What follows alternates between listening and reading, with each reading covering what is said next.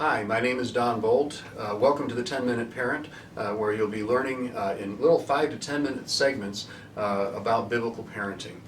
This is part 4 of a series on control and influence, which are very, very important things for us to grasp as parents.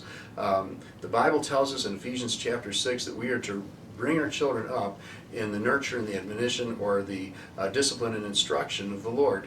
And so we've been covering this material, and encourage you, if you're watching this before you've seen the other parts of this, go back and watch the first few segments, because I really can't take time in each segment to go back and review everything. So where we're picking up is on just this. We came out of this little chart where we're talking about how that you start out by bringing your child through control to this place of just cooperation in the middle of it, and from there they are going to go one of two directions. Either by practicing some self-control, they start to moving into this area of blessing by gaining trust and freedom by being a person who controls themselves, or by being a person who refuses to control themselves, they make their way down into a place of greater and greater control from others, which is a curse. Okay, it's not a good thing. All right, God desires for us to be blessed, and so blessing comes as we learn to be obedient. So we want to teach our children obedience. The scripture is very clear on this. Colossians 3:20 says that children are to obey their parents in all things because it is well pleasing to the Lord. Ephesians 6:1 says simply that they should obey us because it's right. All right, so that is a powerful place that God has put us in with our children. I mean, almost godlike. I mean, there's other authorities that you have in life that there's much greater limitations placed on their authority, but parents have this awesome responsibility and this awesome authority in the lives of children. And so that chart that I was telling you about there a moment earlier, the idea for that comes from Deuteronomy chapter 28 and also Deuteronomy 30 verses 15 through 20, if you want to take a look at that in your Bibles. Okay, so now let's talk just again some practicalities here. Along with the getting out there and making sure that you're close enough with your child to actually be able to control their behavior when they're little, and intervening. How many minutes can your child handle? One of the questions we ask parents when they're learning how to be a good controller when the children are little. How long can your child go before they need you to intervene? You may have a 0-minute child, one where you just have to hover right there, because if you turn your back, they're going to do wrong. Well, and again, instructing them and correcting them and working with them to the place where they become, hey, a 1-minute child. I get 1-minute breaks. Well, eventually you want a 15-minute child, because just so you know, at some point you're going to need a 5-hour child because they're going to school, or they're going to be at some church program where they're going to be out from your control, and you need them to be able to be obedient even when you're not there, with the power to make them obey. All right, so what are some of the other things that we can be doing along with that? I mean, you're going to be diligently working with your child to make sure that they learn obedience, they learn that you're in charge, they learn what's right and wrong, and they learn to do what's right. Eventually, the other things that they need to see your example. All right, you need to be sure to let your children see your example of obedience. All right, this takes a little bit of vocalizing and verbalizing things that you might not normally think about, but let me just share it this way.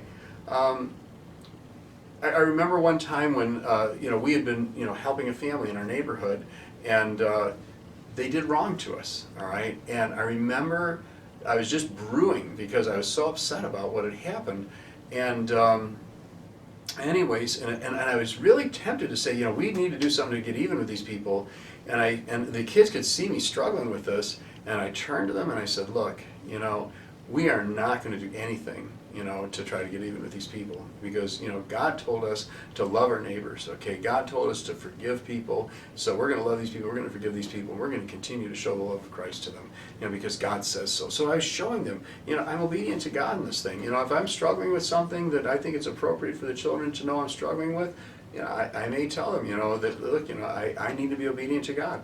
What if you did wrong to one of your children? Well, you go and ask their forgiveness, and you tell them, God requires this of me, to come and ask your forgiveness, so that they understand that you have somebody that you're obedient to. That obedience is not some, sad estate of little children. No, it's a goal for all of us.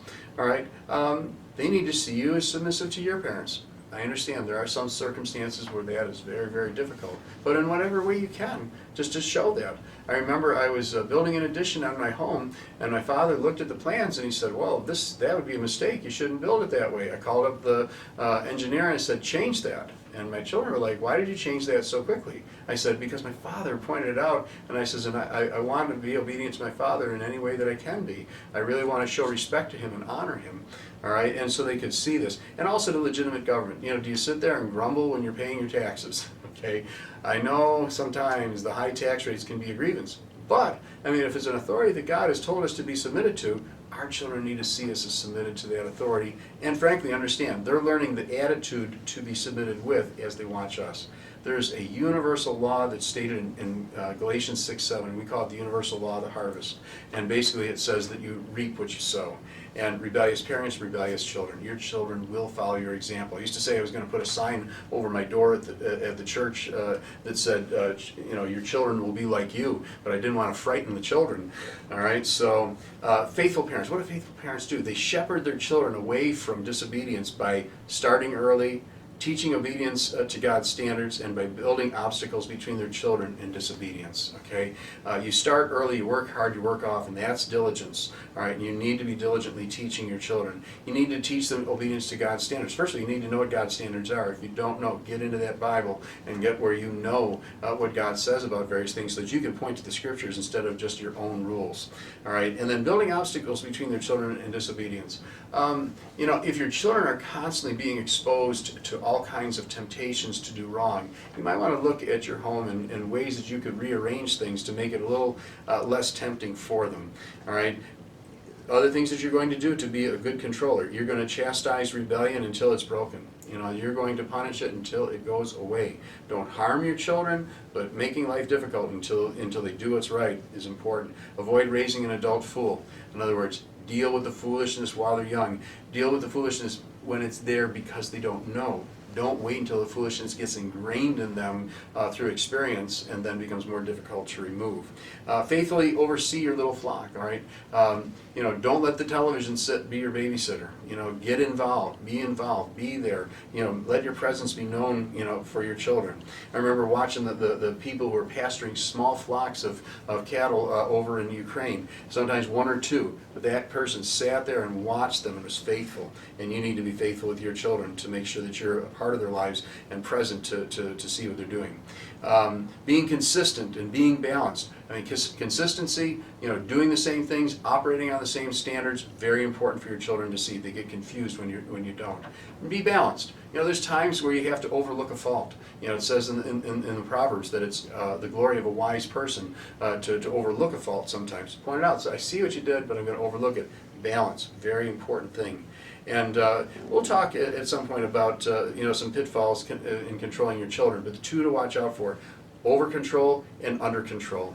All right. In other words, if you over control and you're just micromanaging every little thing that they do and they have no opportunity to grow and learn, that's not a good thing.